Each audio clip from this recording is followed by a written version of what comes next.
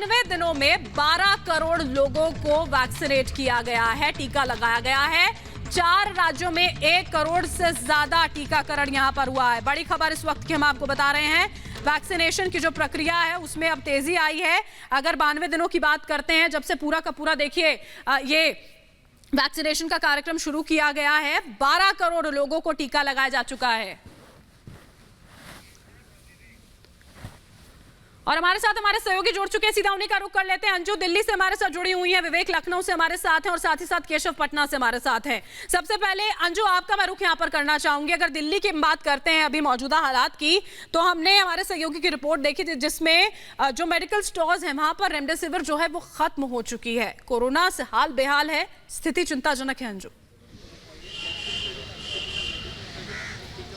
जी बिल्कुल, जिस तरीके से स्थिति बनी हुई है वो बेहद चिंताजनक है। मैं यहाँ पर आपको बताना चाहूँगी लोक नायक हॉस्पिटल में मौजूद हूँ और आपको यहाँ पे बता दूँ कि ज़्यादा से ज़्यादा यहाँ पे कोविड के पेशेंट आ रहे हैं, लेकिन सबसे बड़ी बात ये है कि जो कोविड के पेशेंट नहीं हैं उनको भी यहाँ पर एडमिट किया जा रहा है और सेम वार्ड में रखा जा रहा है जिसमें कोविड के पेशेंट हैं। तो सोचिए, इतनी बड़ी लापरवाही है। जिनको ऑक्सीजन की जरूरत है उन पेशेंट्स को ऑक्सीजन तक नहीं मिल पा रहा। यहाँ ये गवर्नमेंट हॉस्पिटल है और यहाँ पर इसकी ये स्थिति है।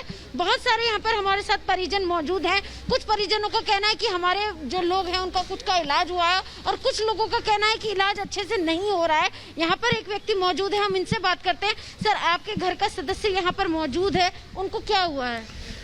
उनको किडनी की प्रॉब्लम थी। हाँ। काफी टाइम से दवाई चल रही थी। हाँ।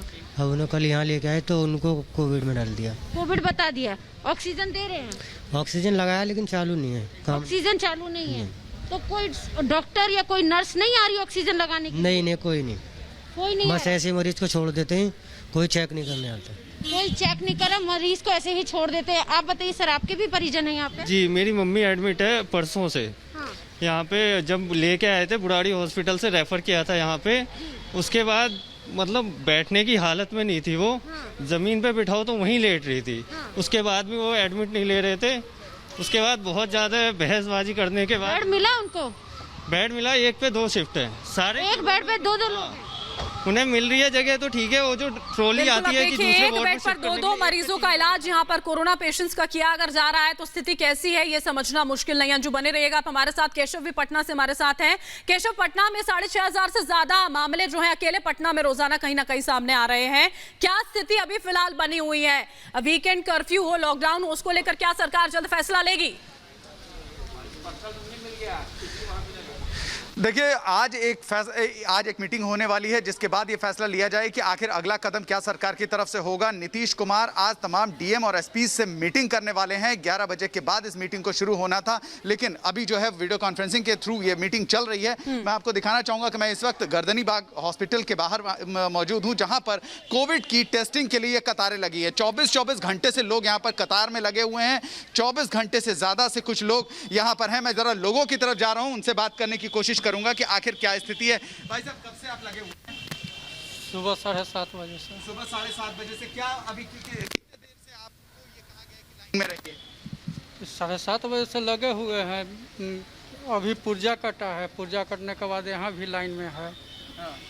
जो न संक्रमित है वो भी हो जाएगा। देखिए कितना लंबा लाइन है, कितना कोई न है। अच्छा, ये बताइए कि जो संक्रमित आ रहे हैं यहाँ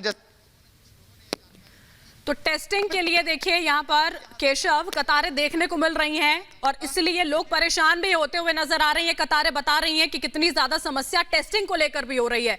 लखनऊ से विवेक हमारे साथ जुड़े हुए हैं। लखनऊ में विवेक, किस तरह के हालात आज देखने को मिल रहे हैं? संडे का, वीकेंड का ये लॉकडाउन है और तो लोग घरों पर हैं, किस तरह की तस्वीरें देखने को मिल रही हैं?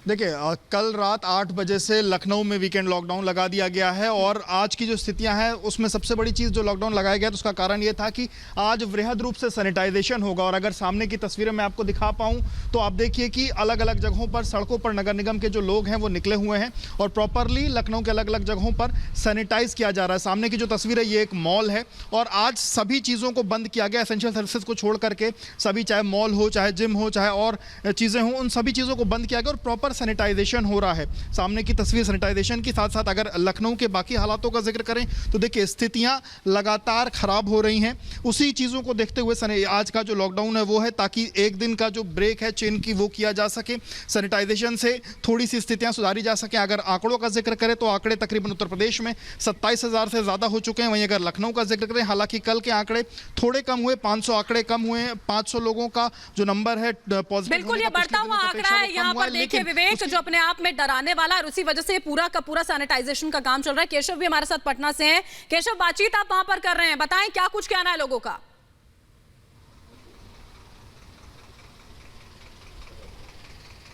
इसमें देरी हो रही है, कतारों में लोग लगे हुए हैं। यहाँ पर देख सकते हैं कि ये कतारें लगी हुई हैं, इससे ज्यादा कतारें थी यहाँ पर, चूंकि यहाँ पर अभी टेस्टिंग की रफ्तार जो है वो धीमी हो गई, जिसकी वजह से कुछ लोगों ने वहां दूसरी तरफ दूसरे हिस्से में जाकर छांव में खुद को बिठा लिया है ताकि सामाजिक दूरी का पालन हो सके। मैं यहाँ कुछ लोगों से बात करूंगा। सर यहाँ क्या कंडीशन है, कितने देर सर कंडीशन तो लगभग 3 घंटे से खड़े हैं और ये जांच भी नहीं हो रही है। लाइन में जहाँ वहाँ जाइए लाइन लगी है, डॉक्टर से दिखाने के बाद लाइन लगी है, यहाँ भी लाइन लगी है। और जो भी लोग यहाँ पॉजिटिव निकल रहे हैं बिना कोई इंस्ट्रक्शन दिए हुए कहा जा रहा है कि आप जाइए घर, दवा भी नहीं मिल रही है। जो दवा का किट आ रहा है वो कह रहा है कि यहाँ उपलब्ध है ही नहीं, आता है थोड़ा बहुत आता है वो खत्म हो जाता है। देखिए यहाँ पर एक और महिला यहाँ पर खड़ी हैं। बताइए आपको क्या, कितने देर से आप इंतजार कर रही हैं? 4 घंटे से। और आपका जांच अभी तक नहीं हो सका? नहीं, अभी नहीं हुआ है। अच्छा, क्या कहा है डॉक्टर्स ने, क्या कहा है यहाँ पर जो जांच कर रहे हैं, उन्होंने क्या कहा? अभी कुछ भी नहीं बोल रहे क्योंकि वो हम उधर स्लिप कट रहे हैं तो बोल रहे अभी वेट कीजिए। वेट करवा रहे तो हम लोग वेट कर रहे हैं, अगर वो स्लिप नहीं काटेंगे तो हम लोग वेट ही करेंगे। तो ये है स्थिति। जरा कुछ और लोगों की तरफ मैं रुक करूंगा, जानने की कोशिश करूंगा। ये बताइए कि क्या दवा जिनको जो पॉजिटिव आ रहे हैं उनको कैसे यहाँ पर ट्रीट किया? मेन सबसे बड़ा रीज़न तो ये है, एक दिन में 100 जांच, समझ रहे हैं, इतना बड़ा एरिया के हिसाब से 100 लोग की पर्ची कटना ये वर्स्ट चीज़ होने वाली है यहाँ पर। वो चीज़ इनको मेन देखना चाहिए कि 100 तो लोग यहाँ पर बता रहे हैं, देखिए पटना से किस तरह की स्थिति बनी हुई है, घंटों तक का इंतजार है और टेस्टिंग नहीं हो पा रही है। सुमी हमारे साथ रायपुर से जुड़ी हुई है, उनका रुख कर लेते हैं। सुमी, आपने सुना यहाँ पर किस तरह से लोग परेशान हैं, टेस्टिंग के लिए परेशान है, बेड नहीं मिल पा रहे हैं, ऑक्सीजन की कमी, और इसी बीच वो घिनौने चेहरे भी रिपब्लिक भारत यहाँ पर सबके सामने लेकर आ रहा है, जो ऐसे वक्त में भी रेमडेसिविर की कालाबाजारी कर रहे हैं। सुमी,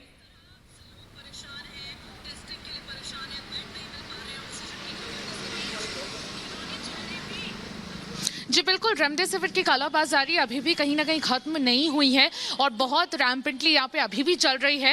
एंड इनफैक्ट जैसा जो हमारी स्टिंग ऑपरेशन में सामने आया था कि doctors and ward boys and medical attendants, ये सारे लोग रेमडेसिविर की ब्लैक मार्केटिंग करते हैं। एक एडिक्वेट अमाउंट में रेमडेसिविर रोज गवर्नमेंट की तरफ से इन प्राइवेट और गवर्नमेंट हॉस्पिटल्स में चला जाता है, लेकिन डॉक्टर्स उसे 3500 3400 जो उसकी MRP है अभी, उसमें खरीद के वो अपने पास स्टॉकअप करके रख लेते हैं। और जब नीडी पेशेंट्स उनके पास जाते हैं तो उनका गलत फायदा उठाते हैं, वो उनकी अर्जेंसी का गलत फायदा उठाते हैं और फिर उन्हें वो अपने लमसम अमाउंट कोट करके उन्हें बेचते हैं। तो ये सारी चीजें यहाँ पर आ रही है और पॉजिटिविटी रेट भी छत्तीसगढ़ का काफी ज्यादा हाई हो चुका है। 20% से 28% था, अब 28% से भी वो काफी ऊपर 30% को ब्रीच कर चुका है।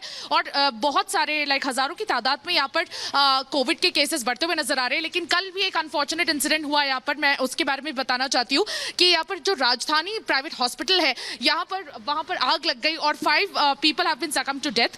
4 लोगों की सफोकेशन की वजह से डेथ हो गई और एक ने बर्न सफर किया था, उसकी वजह से वो फिर ही सकम टू डेथ। यहाँ पर जैसे कि मैं विजुअल्स दिखा सकती हूँ, यहाँ पर शाम 5 बजे आग लगी थी एंड जो डॉक्टर्स का यहाँ पे जो बिहेवियर था to handle the entire situation, उसमें भी कहीं ना कहीं बहुत ज्यादा लापरवाही बरती गई। इसीलिए सेक्शन 320A IPC के धारा में उन पे चार्ज लग गए हैं एंड इनफैक्ट CMHO से भी रिपोर्ट मंगवाई गई है और FIR भी लॉन्च कर दी गई है। कहीं ना कहीं रिलेटिव्स ये बात हमें बताते हुए नजर आते हैं कि काफी लैकेडासिकल वे में, काफी लापरवाही के साथ पेशेंट्स को नियर बाय हॉस्पिटल में शिफ्ट किया गया था। 34 to 40 कोविड पेशेंट्स एडमिटेड थे जब फायर लगा एंड फायर के पीछे का कॉस्ट एक शॉर्ट सर्किट था एक फैन में, जो बहुत इवेंचुअली 3rd फ्लोर में फैल गया और उसके चलते कोविड पेशेंट्स को इमीडिएटली नियर बाय हॉस्पिटल्स में शिफ्ट किया गया। लेकिन जब शिफ्ट कर रहे थे तो डॉक्टर्स और उसी लापरवाही की वजह से भी लोग अपनी जान गंवाते हुए यहाँ पर नजर आ रहे हैं। एक तो कोरोना और उसके बाद इस तरह की जो घटनाएं हो रही हैं वो भी सामने है। फिलहाल बहुत बहुत शुक्रिया आप सभी का हमारे साथ जुड़ने के लिए और ये तमाम तस्वीरें जो हैं वो दर्शकों तक पहुंचाने के लिए।